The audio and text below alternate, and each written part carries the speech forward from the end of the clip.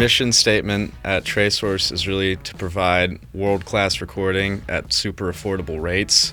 We try to keep things relaxed. That's like our vibe is like, keep it so that the artist feels like they're very safe space or like almost an extension of their home. We came from the kind of DIY ethos and from the bedroom scenario. And so we want to provide like a very cozy, comfortable space for people who are most likely paying for their own records out of pocket. But we think that those projects still should be captured and cared for at an incredibly high caliber.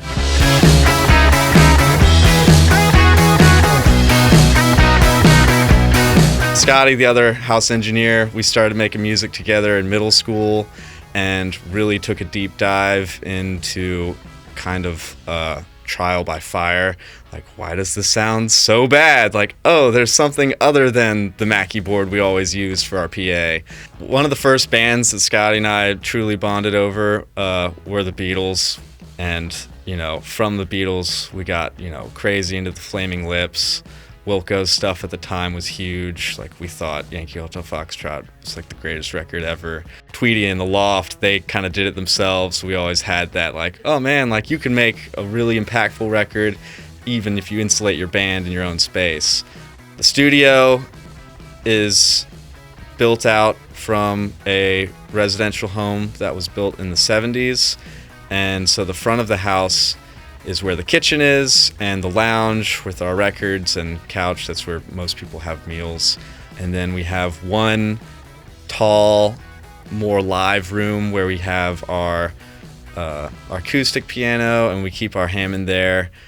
Adjacent to that, and directly behind me, is our biggest tracking room where drums are recorded, 90% of the time. Off from the tracking room is our ISO booth where we keep other amps. We'll put, the singer, acoustic guitar player. And then kind of behind everything in the back of the building is where we are right now, where this control room is. The machine room's off to my side over there. And then we have a hallway where we run amps to my right. First thing we ever got was like the Shadow Hills quad pre. So it was, 4 pre's. You could switch between all the different settings, and like as far as like nickel steel, and we fell in love with that.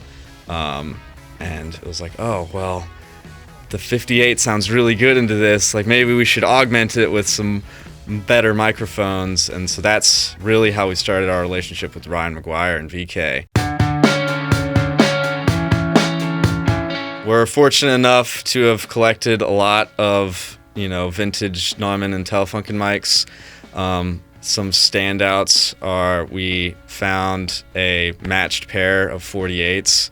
They are incredible on rooms, acoustic guitar, vocals, just insane powerhouse microphones. Another favorite we have is a KM54 that gets used on any acoustic instrument, whether it's mandolin, if we're doing a mono acoustic guitar, or even cello. It just is an incredible sounding microphone. Billy Corgan sold the 8014 to VK, and they were going to refurbish it, and Ryan McGuire reached out to us, and he was like, hey, I have this console. I know you guys have the BCM10. What do you think?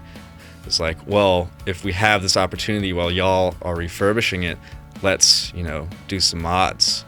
One of the coolest mods we did was we added a direct inject, so the bus out of the BCM10 can just combine with the bus of the 8014. So effectively in this room we have 26 channels of mixdown of Class A Neve into one bus. This board also has 16 tape returns or monitor returns, which is pretty unique for 8014s, which means with our MCI JH24 16 track, it just is a match made in heaven as far as the 16 returns just come up immediately. It's totally normaled. It's that the analog workflow is amazing, and if you just need extra monitor returns for like talkbacks, or even if you're doing mix down, if you want to send your reverbs but you don't want to use up full fader channels.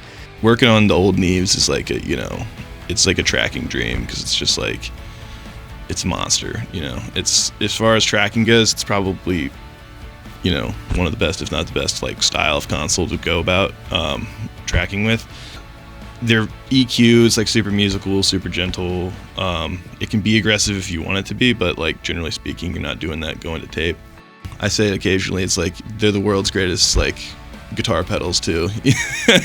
You can feed a guitar into them and floor the preamp, and it's just like instantly that thing, which is awesome. Working so closely with Scotty is one of the best parts about, I think, working here at Tracehorse. Like you can always have one person step aside and like think a little bit, while the other person's like maybe talking to the artist or fully like, you know, invested in like trying to get like a guitar take or something like that. But then also like when, you know, we're mixing or like doing something, an in-house project, something that we track to go all the way up through like mastering, which happens all the time for like indie stuff. I can be mixing in here and I can send stuff to Preston. We can bounce back and forth and master and mix and, you know, get a project done, and it's in like, you know, half the time. It would take one person to do it. One of the coolest thing about having physical pieces of gear is whether you're the client or the producer or another engineer, you get to witness physical activity. Is we are interacting with this gear, we're patching it for your art, for your project. And I think that's powerful, as opposed to when you watch somebody at a keyboard, necessarily you're not having that active experience. We're very, very biased, but it does sound better, especially when you're able to apply these effects going in. It means that the players are hearing, you know, they're hearing the 175 on their voice, or they're hearing, you know, the saturator on their drum kit while they're playing.